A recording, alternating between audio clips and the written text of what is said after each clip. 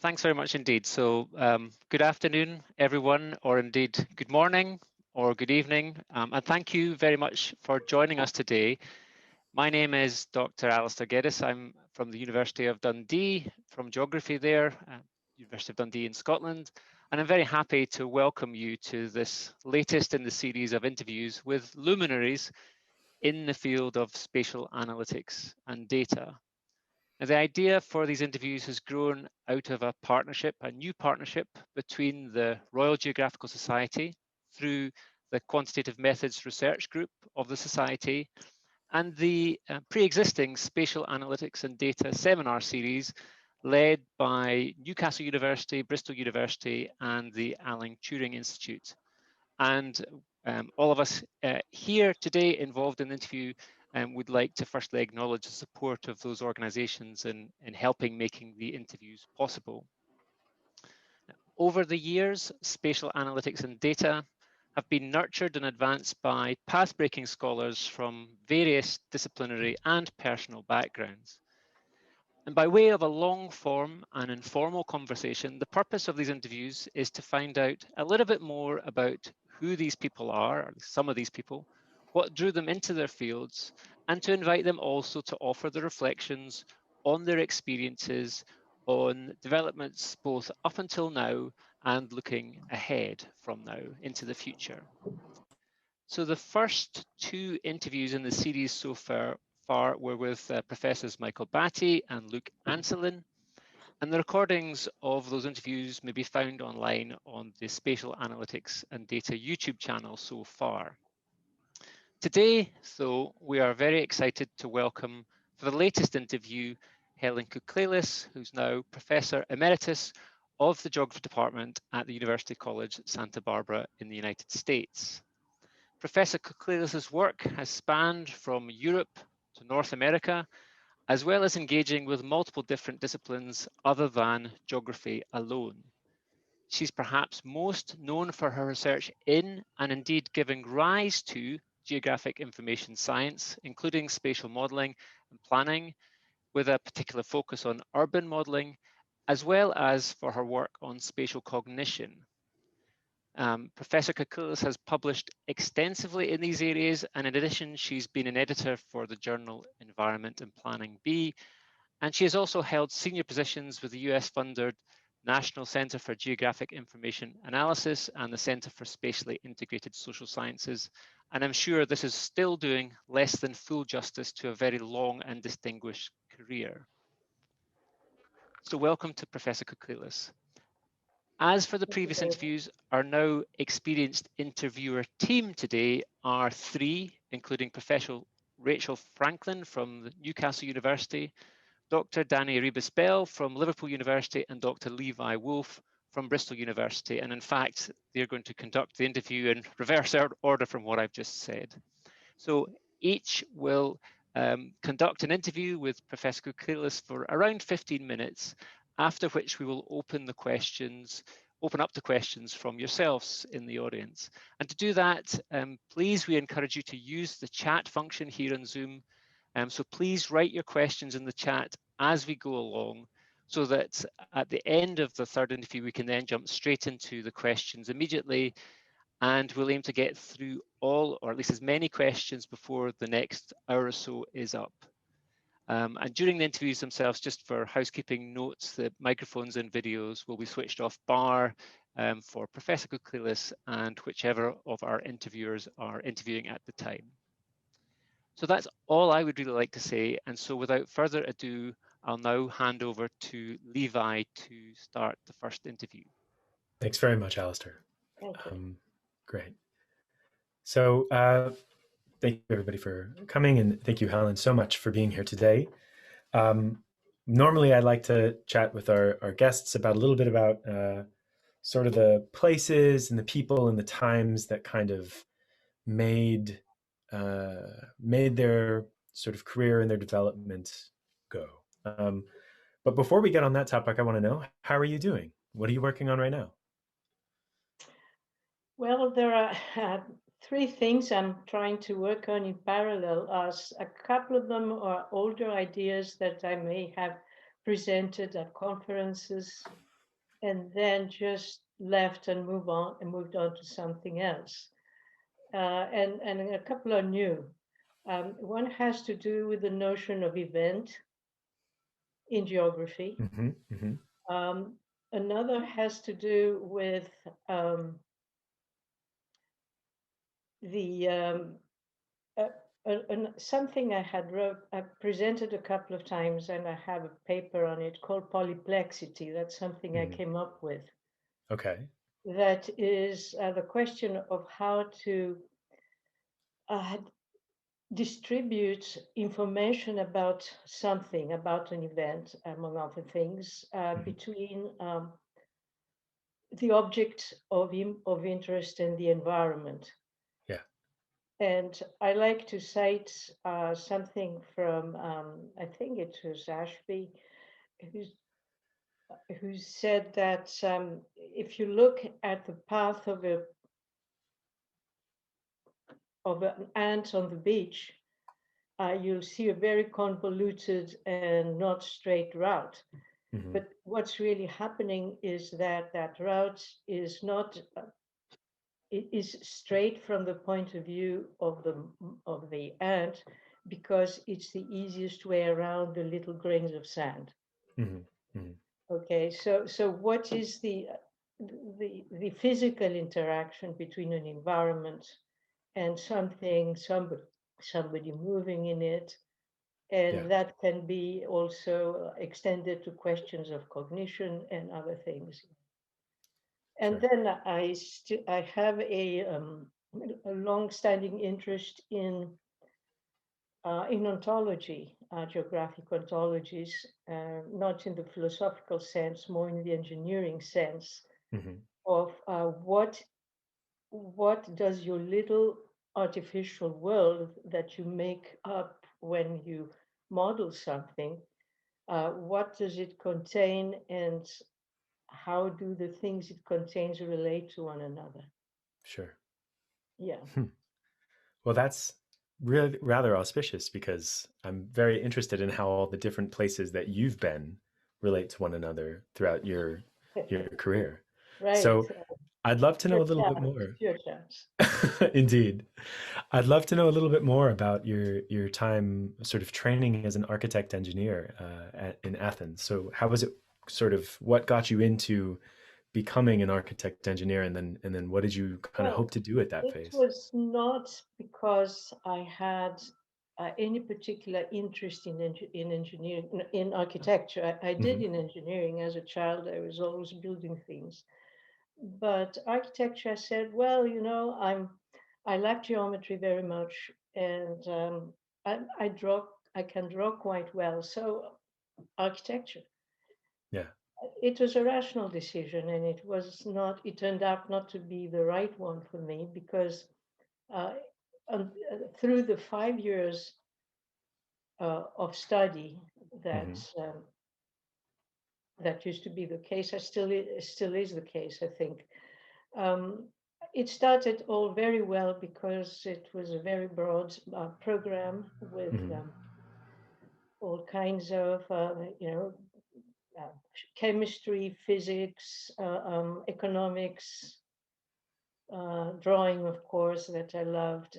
And then gradually it would narrow down to something that was either just architecture, the notorious charrettes, working through the night, or Yeah. with a couple of other people to finish a project. Or then, applied engineering, Hmm. calculating the forces on beams and so on. And it was very formulaic. And even though I used to love mathematics, that was not really, that's it, just applying formulas and getting something. So at the end of that, I decided, well, it was a good experience. I don't regret it. And it's still with me in many ways. Hmm. But I probably Yeah. I'm not going to be as good as I could be in some other areas. So I switched to planning, urban planning. And and that was a Mhm. much broader world then because of all the other kinds of issues, not just aesthetics and buildings, but society and the economy and how the world works basically in an urban area. Yeah. At the time, you know, there was all this kind of interest in rebuilding, right? This sort of move to construct new, you know, cities and city systems and deal with sort of the change after World War II.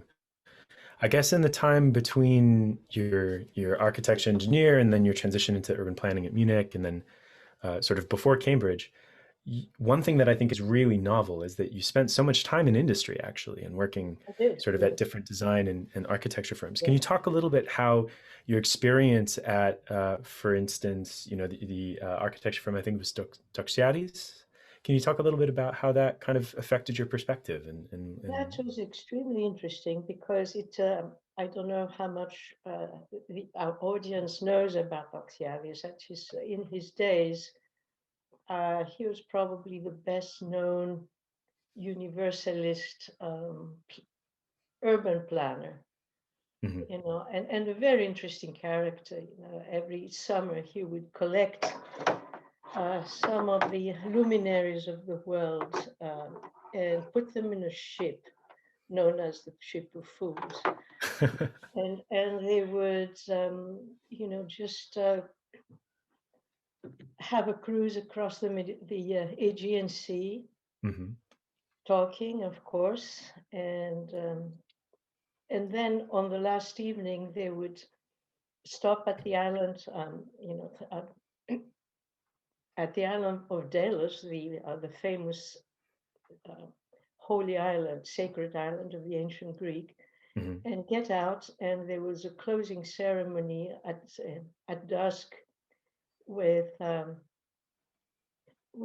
members of the crew coming in with torches, lighted Yeah, yeah. torches like that. Wow. And then Doxiadis will talk and talk and talk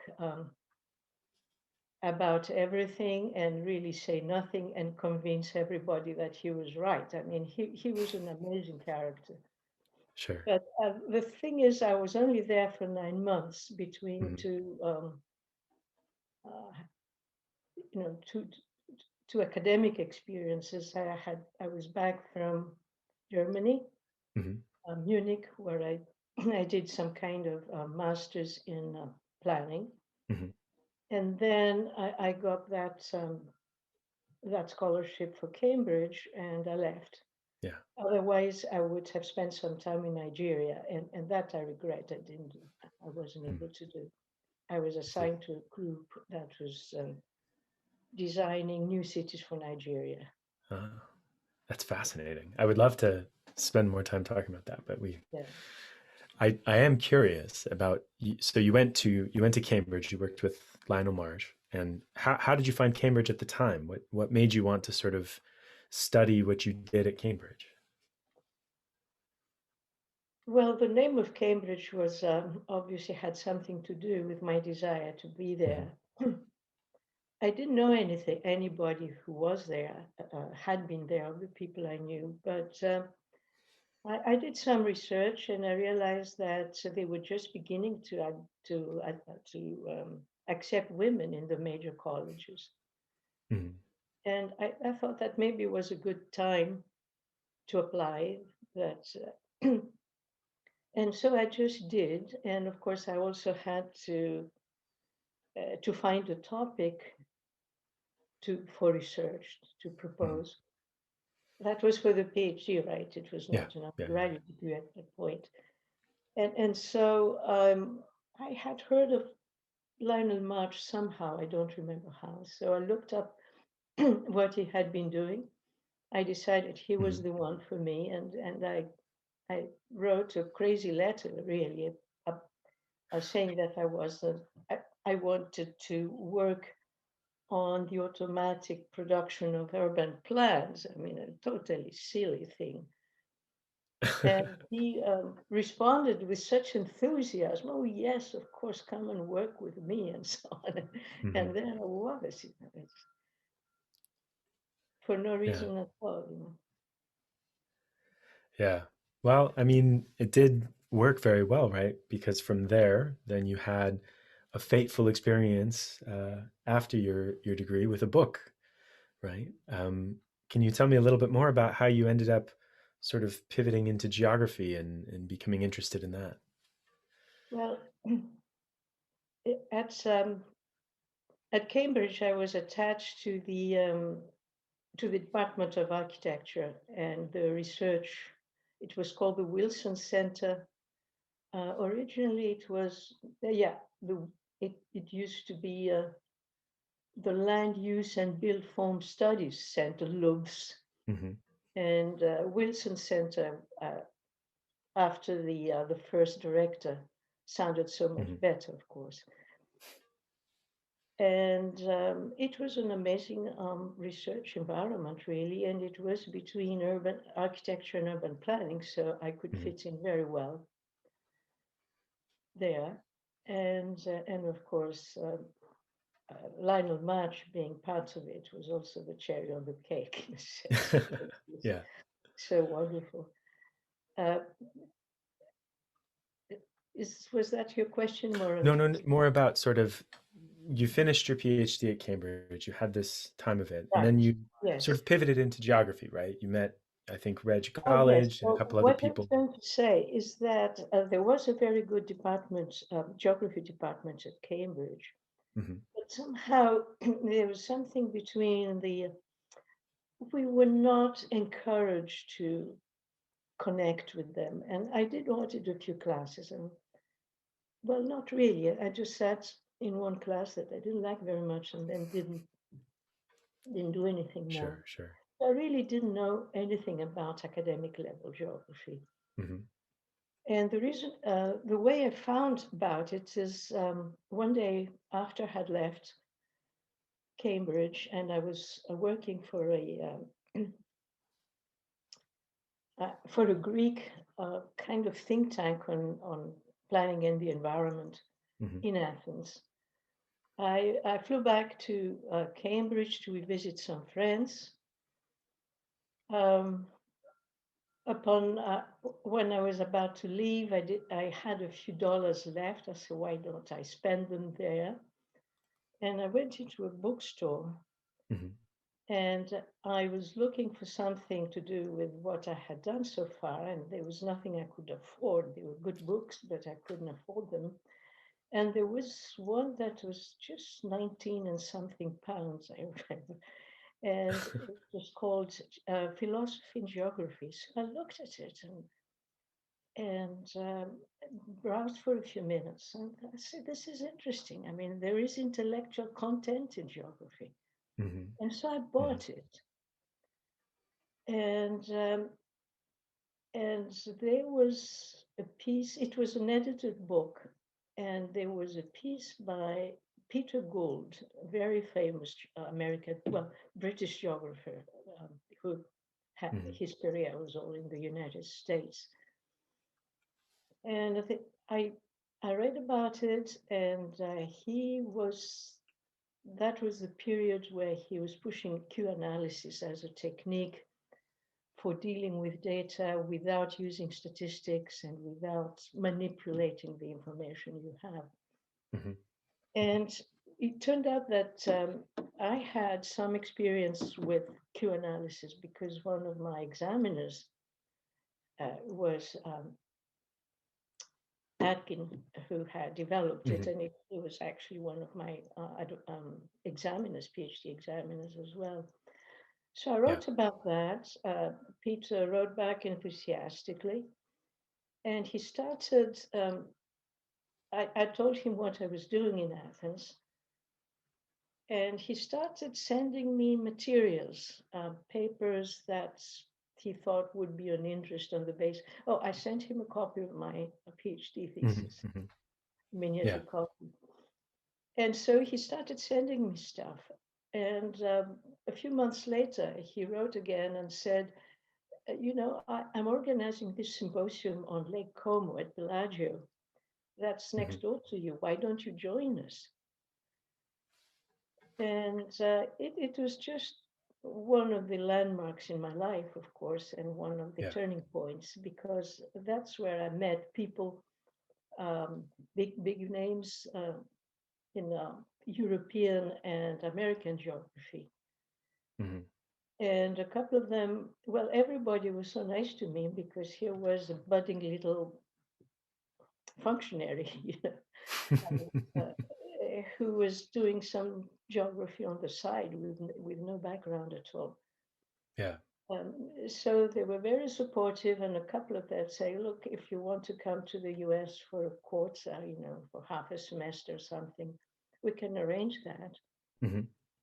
And a couple of years later, one of them was Reg College at UC Santa Barbara. So I took him up on that, and I say, I would like to come. And he said, "Oh, that's great, because this fall I'm going to be on sabbatical, and why don't you come and teach my graduate course on science and geography?" Yeah. And that was the start of that. That was the start. Well, that's rather amazing of a turn of event from book into there are so many with Peter. turning points and bifurcations in that, and so much serendipity and good luck. I can't believe it, really. For sure. I guess as a closing question for our phase, then, there are a lot of mentors and different people that you've mentioned, both in writing and elsewhere. And Peter Gould comes up quite a bit in some of those discussions. Can you speak a little bit to sort of how that mentor-mentee relationship evolved as you went through your career? Yes, very, very interesting and very significant, of course, for what happened after that. We continued a very active correspondence, usually centered around Q analysis, but also other problems in geography. And so I was able to get deeper and deeper to what the discipline is all about. And that actually continued pretty much until his premature death in the early 2000s. I see. And he was always there for me. Physically, I only saw him about 3 times. 2 or 3 times after. But it was more a long distance kind of thing. Interesting. But we had that correspondence, and of course, he was one of the very important and significant letter writers for me when they decided to hire me. Yeah, well. Oh, the fantastic letter from Peter Gould, and she must be good. Fascinating.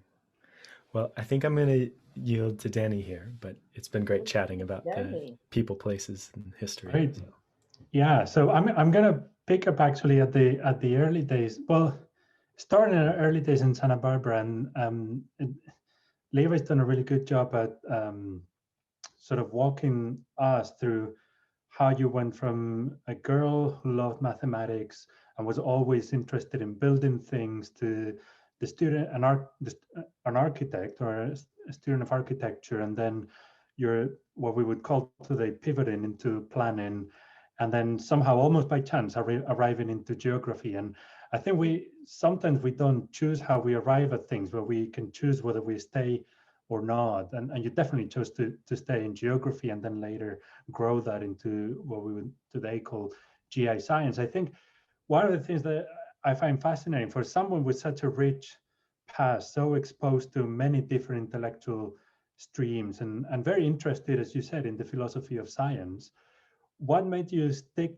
around geography? What has geography that made you not jump onto something else or move or progress towards other areas?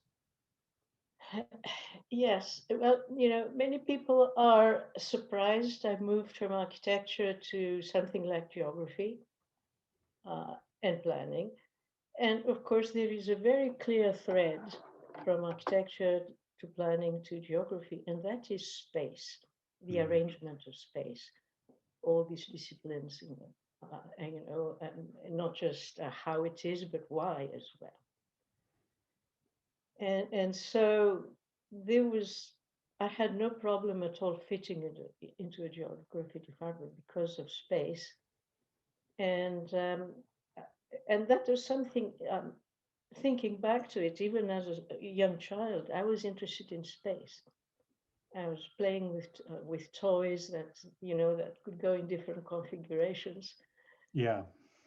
And so that was very simple, very easy to do. Of course, a very welcoming environment. The department was very small at the time, and they were in the process of picking and choosing who they could include.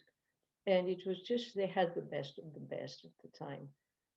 Very, older people like the famous cartographer Walter Tobler, for example. Many people will have heard of him. Younger people like, myself, I was younger at the time, and Jeff Dozier, Joel Michelson, Terry Smith, another Brit who made his career first in Canada and then in the United States. Very, very smart and gifted man. He taught himself artificial intelligence at a time when this was just, very few people knew anything about it. And he taught himself so well that he got a half-time position in the computer science department as an AI specialist. I mean, that's the kind of people we had at the time. Wow. And how? No, sorry. Go ahead. Go ahead. No, go ahead. Go ahead. No, I was saying, and of course, Reg Golich was chair, and he always insisted on creating and maintaining a very collegial environment among us. And I remember we just had to go on Fridays, the so-called happy hour, Friday afternoon, evening, or early evening, to a place called the English Department. It was a bar, and it was the owner was somebody who had not been able to get tenure at the official English department on campus, and so he founded his own. So we were all going to the English department, and there was darts and beer and good conversation. And if you missed for 2 weeks in a row, you would be told. Professor Golich wasn't happy. Right. So part of that had to do, it sounds like, with the collegiality of and the welcoming sense of the discipline. Very welcoming. I was very welcome, of course, to audit classes and people, and that also contributed in retrospect, as I learned, to the fact that they decided to hire me. She really wants to grow. She wants to. Yeah. And I did. I learned a lot of things, and that broadened my horizon.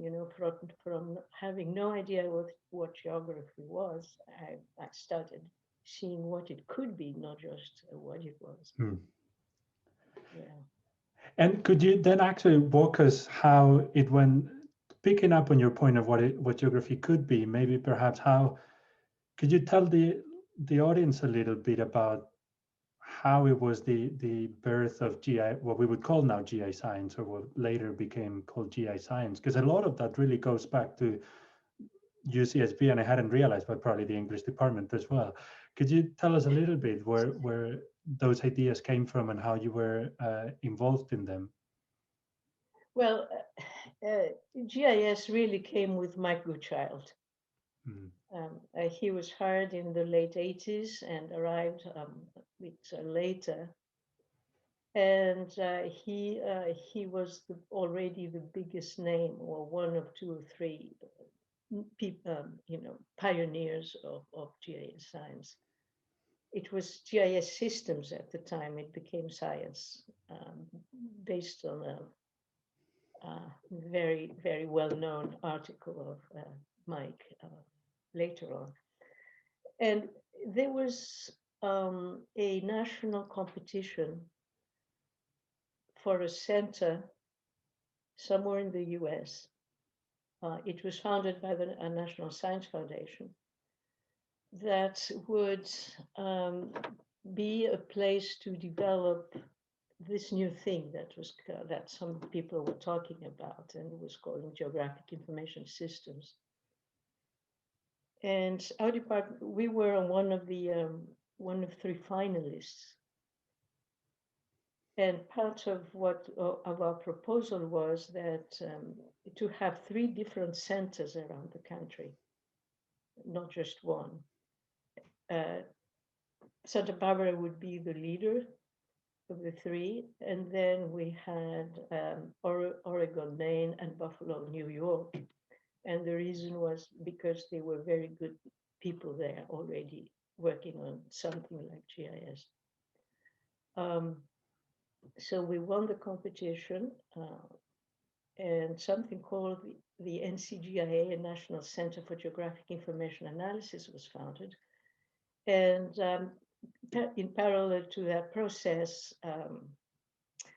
we hired Mike Kuchard, and that did it, of course. Right. Yeah. That's fascinating. We had Mike Patty on the interviews, and he talked about when he moved to Buffalo, and it's really interesting to sort of connect different thoughts and see the connection with Mike. I've had the same story, from different points of view. I'm going to switch a little bit gears, and I wanted to get you to talk a little bit about how this is part of why we're doing these interviews, is to in a way let some of the younger part of the audience experience where some of these fields or some of the field and some of the big ideas that have nurtured the field kind of came from. But it's also to give them to explore, and the audience here is us first, is to explore how the world of university and how the world of academia and academic ideas have changed and evolved. And one of the things that strikes the reader whenever you look at your career is that you've been it's almost these rara avis, these almost extinct species these days of a big thinker, that you've been concentrating on coming up with very big ideas, things like cellular automata in the early 80s or agent-based modeling. Later on, you were also involved in using computers as a tool for thinking with geocomputation, and then of course all of the research on cognition. I wanted to get you to talk about this approach because I get a sense that part of that maybe also comes from the intellectual environment in which you grew up. I think I read a quote from one of your essays about your Cambridge days, where publishing too much was almost frowned upon. It was much more, you had to have something to publish, and you have to have big ideas. Could you maybe elaborate on how you were brought up in these, or academically brought up in this environment, and how you see this environment progressing over time, and what it looks like from your point of view today? Oh gosh, there's a lot, several questions in what you just said. Feel free to pick whichever whichever you. Well, there are 2 things that influenced me intellectually. First of all, continental European thinking. I was brought up very much in the French tradition. Then I went to Germany, Greece, and the ancient Greeks, and all that, of course. But so that was one thing, and that stayed with me. And then when I found myself at Santa Barbara, I found myself in an incredibly cross-disciplinary environment. We have colleagues we had at least one colleague with a PhD in psychology, and we had a couple of colleagues in theoretical physics, including nuclear physics. Wow. And then anything you can imagine in between. And being new to the discipline, I was saying, oh, that's geography, and this is geography, and what you're doing is geography. So I was getting ideas out of that environment. Can you still do it today? I'm not so sure, because there's the competition for,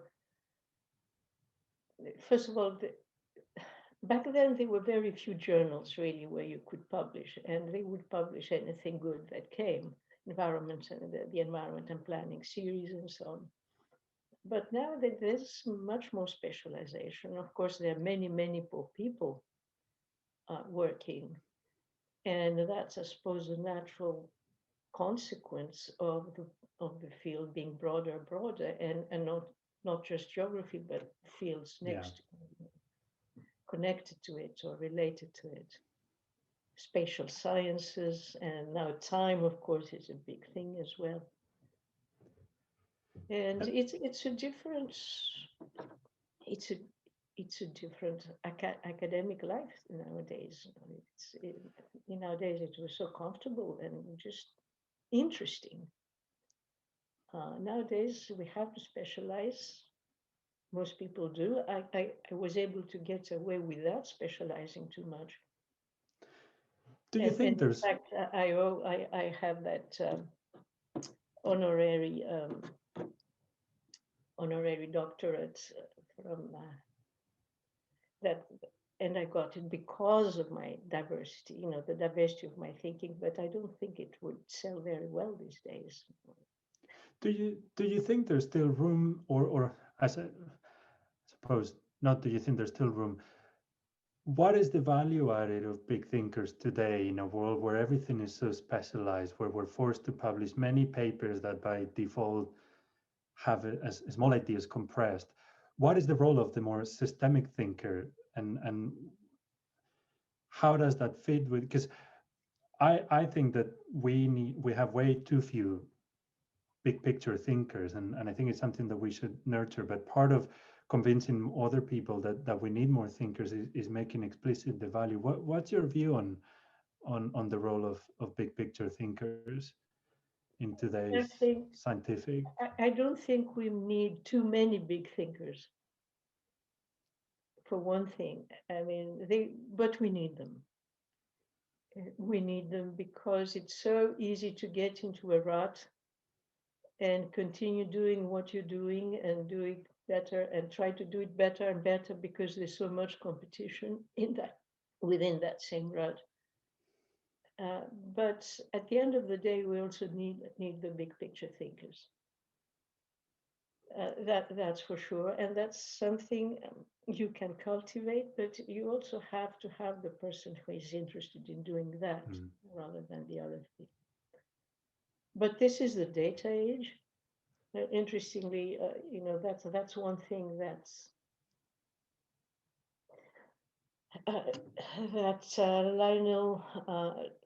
Lionel much missed.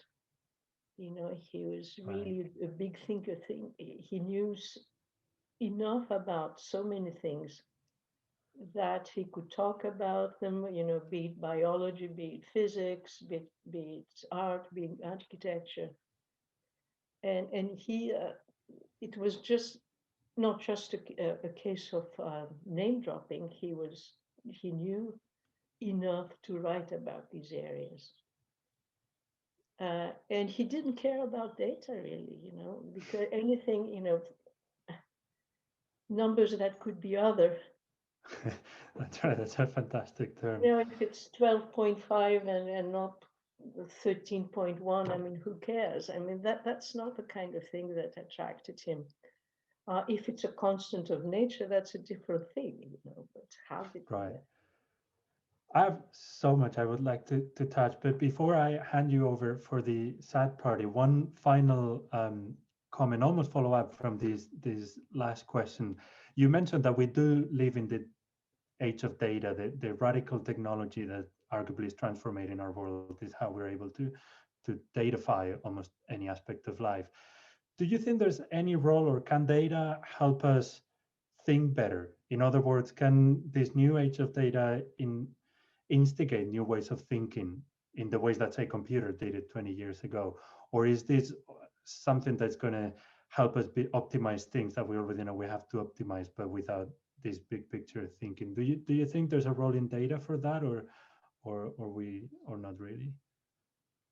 Well, data makes us understand new things. And the question is, how much do you pursue these new things that you've learned, or rather than go back to more data and do more analysis? It's a matter of what is your approach to data.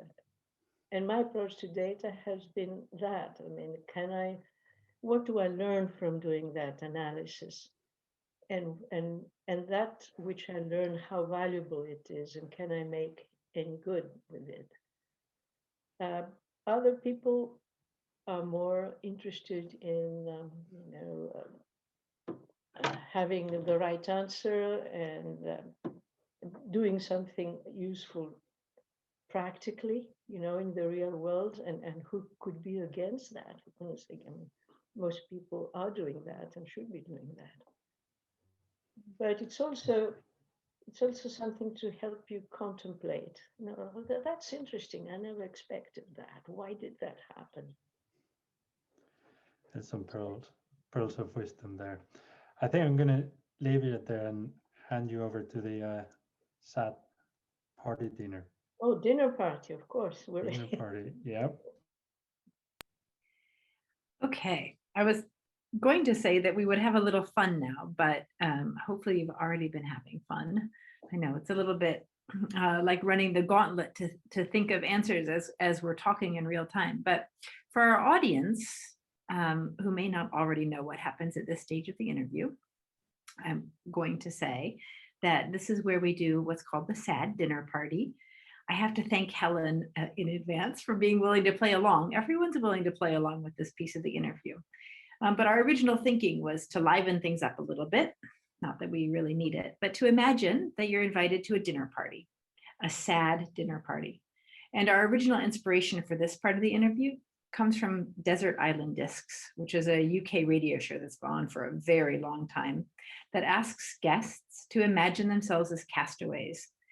And maybe after a year of pandemic isolation, a lot of us feel like we're already marooned on an island. What we really want is interaction. So instead, we'll do a dinner party. And what I asked Helen to do in advance was to think about 4 people she would invite for dinner, a book in case she gets bored and has to entertain herself, although we hope that doesn't happen, and then some small talk for after dinner conversation, which would include a piece of advice, a regret, a fortuitous event, and one formative memory or experience. And so it's partly just an opportunity to sort of reflect on everything we've talked about over the last half hour or so. And I think, are going to have much more than 15 minutes worth of stuff to talk about. But maybe we could just start with who you would invite for dinner. Oh, that's easy. I would invite 4 of my brightest, most successful former PhDs.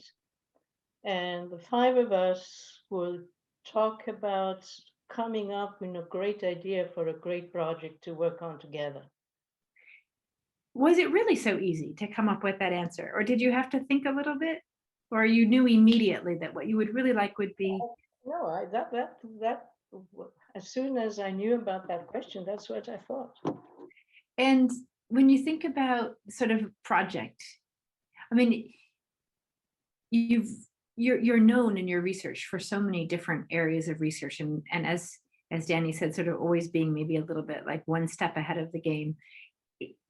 I'm wondering, when you talk about a project, the extent to which it's just like interesting conversation and big ideas, or is it that deliverable? Is it the concrete, tangible project outcome that interests you, or is it all of the discussion and the intellectual stimulation that you like? It is the process that interests me, and the process would be very interesting in this case, because these 4 people would probably come from very different perspectives. They did their PhDs were very different, and so in a way, I would be this would be a miniature of the multidisciplinary environment I grew up in intellectually, and so we'll go where that leads us. Do you think that the sort of the ability to find one's multidisciplinary environment, has that changed?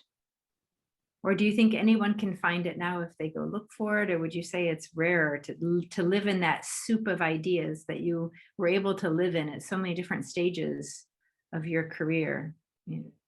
Is that easy to find now, or was it ever easy to find? Well, I only have experience with one university I've been part of. Well, I spent a few months at Waterloo in Canada, but it's really UCSB for me. And it's no longer the same department it was. That's very clear. And one reason is that it has grown, and so not everybody is connected to everybody else like we used to. And the other is that the way science in general, the field in particular, has developed, you really have to specialize. Yeah. I got away with what I was doing because I am, from a previous generation. And that was more of I would say, old-fashioned stuff, what I've been doing. I don't think I would have been able to do it again. Yeah. I asked you what book you would bring. And do you want to share with us, if you were to bring a book to entertain yourself, just in case the PhD students don't deliver on their brilliance, what book would you bring? Well, I think my choice would be, if it's a question of entertaining myself, one of Searle's book of cartoons. I used to love his cartoon books. And he has one on wine, a couple of ones on wine. I don't remember what the title are, but that would be appropriate for a dinner party. So my guests wouldn't even know that I'm bored because, well, it's still part of the dinner party, reading and looking at cartoons about wine. Well, let's talk a bit about what happens after dinner.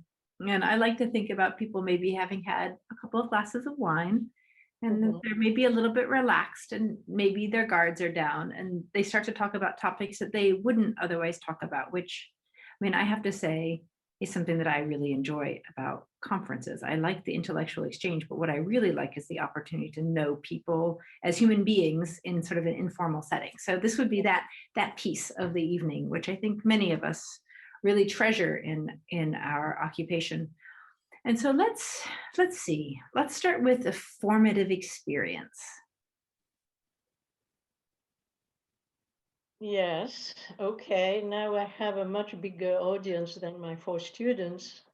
Yeah. But I would say that my formative experience came towards the end of my architecture studies, when I realized that I cannot be the best, even no matter how much I try. I cannot be the best everywhere.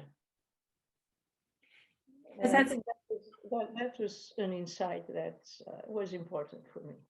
Yeah, I mean, to me, it strikes me that listening to you talk and having read a little bit about you, that you've had lots of formative experiences, that if you think of those sort of path-changing events, your life seems riddled with path-changing events, and you could imagine sort of a multitude of futures for you. And this is the one you choose. I mean, to me, it's remarkable that of all of the fortuitous events in your life, I mean, ending up at Santa Barbara that story is, I think, remarkable. But the one it is, and I can't believe how lucky I have been with, and how many things came together at the right time, right place, with the right people.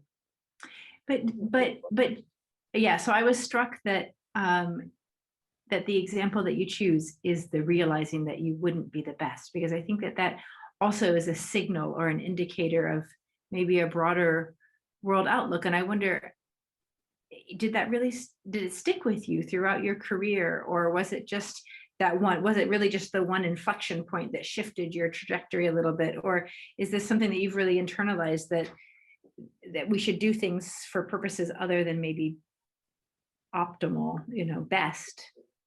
It did stuck with me, and actually it was a useful insight, and a good insight in the sense that I understood that I don't need to take myself too seriously. Yeah. Play with ideas. If they don't pan out, that's okay. You know, you're not going to get the Nobel Prize anyway. Right. And that's actually the piece of wisdom that you would offer, is about how seriously we take ourselves. This is a piece of wisdom because, and it makes sense if you think about it, because especially when you're working with ideas, even ideas about what the next artificial network is going to be like. It's okay to play with things that are implausible. That can end up in something very creative in the end. And even if it doesn't, and most ideas don't pan out the way you want them, at least you will have had some fun and be willing and eager to continue doing what you're doing, something like that. It's interesting. I don't know how many of you have heard about the Santa Fe Institute in the United States. That was founded by physicians and economists. And it is known as the Complex Systems Institute. Very, very famous around the world. And apparently, from what I read about the founding of that, the two original groups, economics and physicists, had a very different view of each other, and especially the economists were a bit embarrassed because the physicists were so playful with the things, you know, they were talking about what they were calling things and the way they were describing their work. It was all fun and games, it seemed to them, and they were not serious enough. And you know, that tells you something. Who has the greatest ideas between the two groups? I don't want to say anything negative about economists. They do their best, but you know, it seems to me that physicists, in some respects, do even better. They certainly, the quarks and ups and downs and flavors and what they call these particles. right. Well, and in geography, and maybe the social sciences in general, we're often critical of economists, but we're definitely critical of physicists for thinking that they can explain things that we have spent decades working on. And I think that there's some truth to that, but there is something probably about the training that allows you to think that you could just go out and ask interesting questions about anything in the world simply because you're a physicist or because you're intellectually curious. And it would be nice to think that we could instill or inculcate some of that, I think, in geographers, because I think if anyone has an argument that they can go out and study anything, it should be the geographers. But I know we're running out of time, and I did want to get to regrets. And regrets are tricky, Regrets are tricky. I think I already mentioned one in passing. Another one is, and which is also a piece of wisdom, don't spend every Sunday in your life working. You know, it's not worth it. Do something fun, you know. Go out and look at things you haven't seen before. Yeah, and I like that you place this in regrets, which sort of suggests that this is firsthand knowledge that you have. First-hand knowledge, yes. That's one thing I would have tried to do differently. Even now, when I'm retired and I work, I still work on Sunday. It's ridiculous.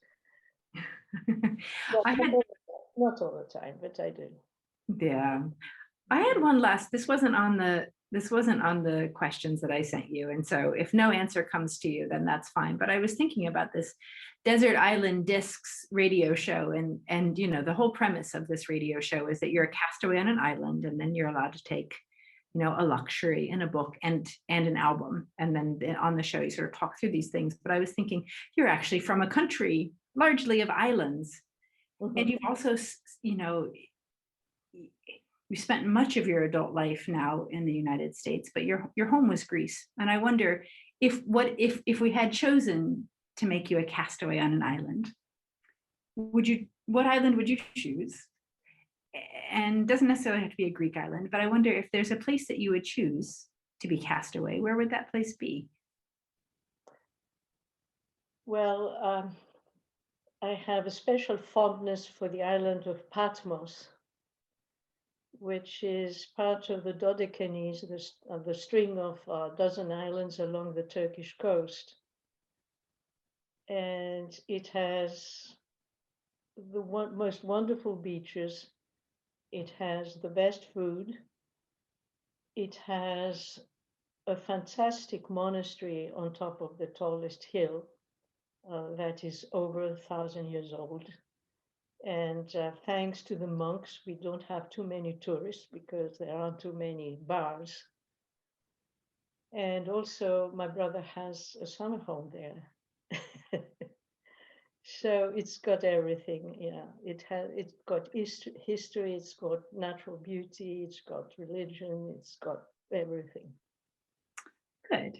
Well, that's nice that you were able to come up with an answer so quickly. With that, that's it. We've done the formal part of the interview, and I'm sure there will be some questions or some, I don't know, comments from maybe from the audience, or if Dani or Levi had things that they wanted to pick up on. Well, maybe Rachel, thank you very much, Rachel, for finishing there. And can I add my own thanks as the MC to Professor Couclelis for, I found that really, really engaging and entertaining. Just to listen to everything that was covered there. It's really fascinating. And I mean, the range of places which you've managed to be in and different places, it's astonishing. As you said yourself, I don't imagine anybody could do it these days now. I think maybe because of it, maybe you've awed the audience into sort of a stunned silence here. So to give people maybe more of a chance to post some questions, I wonder if I could ask a question first. And that would be, I'm just curious, how far now do you identify yourself as a geographer and as an ambassador for the subject of geography? Because I think I feel that as an academic working in a geography program where I see geography being under some pressure from changes in our secondary curriculum, the way in which changes in subjects are offered through high school at that level, leading to changes in the way in which geography is perceived. And I think we always have this challenge of trying to describe to people the values in taking geography forward at a university level. So I'd be really interested for your own perspective on that. I'm sure it's not a new topic, but I'm sure it's one you've had to encounter in different ways through your own career. This is a very good question, in fact, because a lot of geographers I know, good ones, are almost embarrassed to say they are geographers because people won't understand how important what they're doing is. And in fact, our own department in recent years has tried several times to think of another name for it rather than be called geography. And especially there were some graduate students in the physical geography side that said that for them it's a handicap to apply for jobs with a PhD in geography. So, you know, spatial sciences was proposed, or geocomputation which is one series of conferences, really, things like that. Some names, and then there was a vote, and geography still won, but narrowly every time. It is an issue, not, of course, not for the successful people, but for the ones that are starting it on their career paths. It could be a problem. Not as much as it used to be, because everybody, if you say GIS and if you say GPS, people know about these things and say, oh, and we say, well, we're the ones who created these things, really. I say, oh, really? You know, they're impressed, but it's an issue. Thank you. Could I just follow up on all these things? I mean, all that technology, people know the technology and approve, like it, and are impressed. But could I it's just, not all of us, yeah. I'm just curious, Helen, that, I mean, I get the arguments. These are discussions that, especially sort of, I think in our generation, we talk a lot about what it is that we do and what it is called, and whether it's geographic data science or whether it's urban science or geocomputation or GI science. And I wonder, does it matter? I mean, personally, I like geography because theory fits into geography so nicely and applied knowledge fits in well. But I mean, how do we think about theory when we think about geocomputation or GI science? Is it maybe wrong of me to think of it as being sort of theory anemic, or is that? I guess I'm curious what you think about geographical theory and where it fits into what we call ourselves and what we do. Well, of course, there is a whole branch of geography who is theory-oriented, that is critical geography and things like that. For the rest of us, you know, people are writing papers on that issue because it's not clear where theory belongs.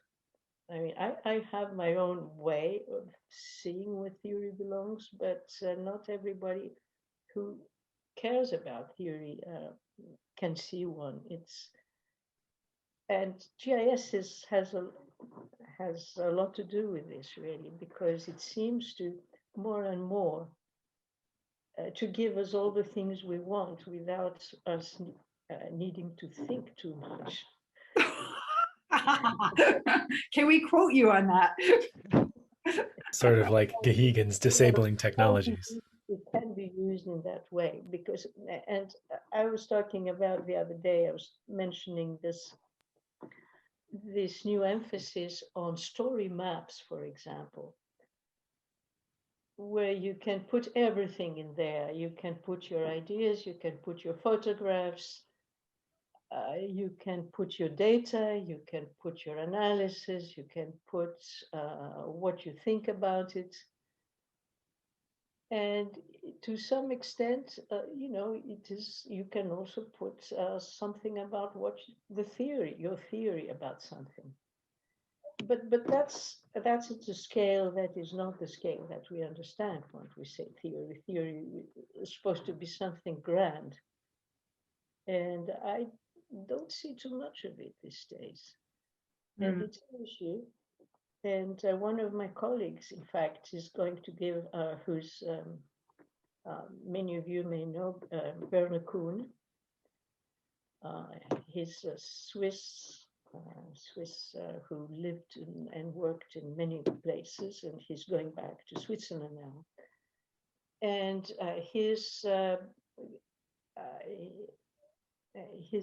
last talk he's going to give, you know, we have a small reception for him. And the talk was going to be about theory and praxis. I don't remember the exact title. But he is thinking and he's contributing to that. And there are many other people. The question is that we really don't know the way the technology has taken over so many things that geographers used to do. It's hard to see the big picture theory, you know, small picture theories we can all handle.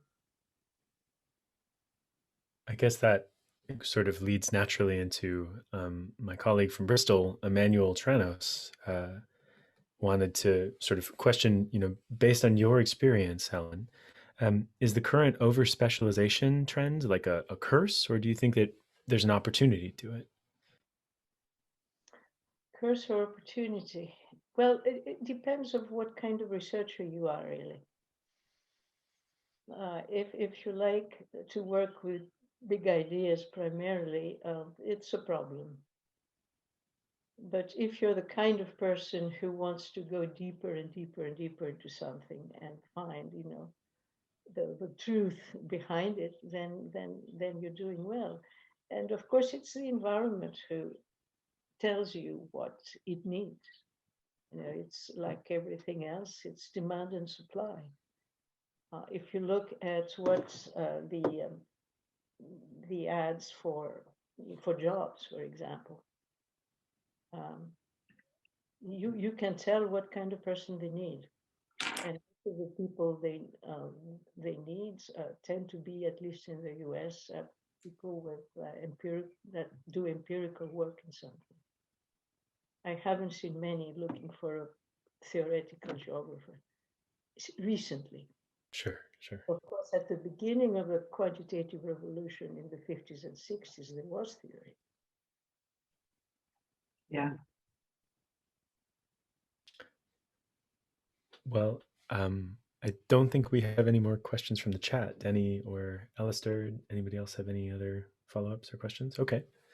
Well, thank you so much for your chat today. It was been absolutely wonderful interviewing you today. I do want to let the audience know briefly that we have a seminar next week in the SAD seminar series. And it's on the hidden geographies of digital platforms by Sana Ojenpera, who is a early career researcher at the Oxford Internet Institute at the University of Oxford. So those of you who are here who might know a little bit of Helen's work will probably be very interested in Sana's talk. So just coincidentally kind of worked out pretty well. So thank you so much. And just really glad to have you today. And thank you to the audience as well for coming. So Thank you so very much. This Well, has been fantastic. This was excellent. Thank you. I enjoyed it. Thanks very much. Thank you. Bye. Bye.